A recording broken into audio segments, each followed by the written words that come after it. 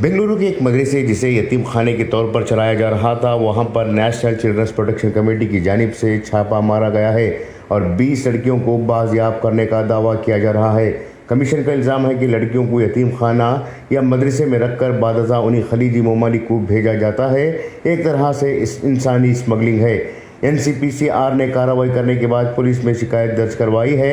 NCPCR के सदर Priyank Congo ने पुलिस थाने में शिकायत दर्ज करवाई है कि इस मदरसे में 20 लड़कियां क़याम पजीर हैं जिन्हें मुनासिब तालीम नहीं दी जा रही है। साथ ही साथ मदरसे का कोई लाइसेंस नहीं है।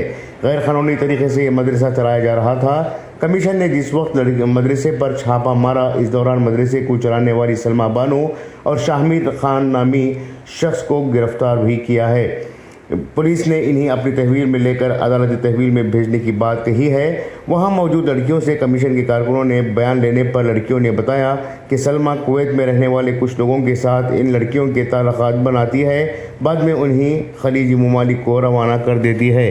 हुकूमत से मंजूरी लिए बगैर कई मदरसे रियासत में चल रहे हैं। गौरतलब बात है कि रियासत के मुख्तलिफ मुकामात पर लड़कियों के मदारिस और यतीम खाने मौजूद हैं। इनमें से बेशतर मदरसे और यतीम खाने मुतअल्लिक़ा महकमों की मंजूरी के बगैर चलाए जा रहे हैं, जो कि गैर कानूनी है। ज़रूरत इस बात की है कि मदरसों के ज़िम्मेदारान यतीम खाने हों, तो इसके लिए महकमा समाजी बहबूदी, महकमा तालीम, महकमा अतफ़ाल से मंजूरी हासिल करना ज़रूरी है।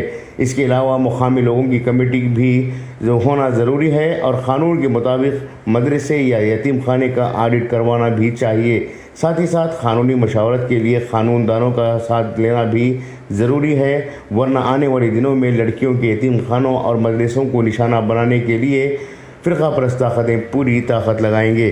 Bureau report, Inquilab news, Bengaluru.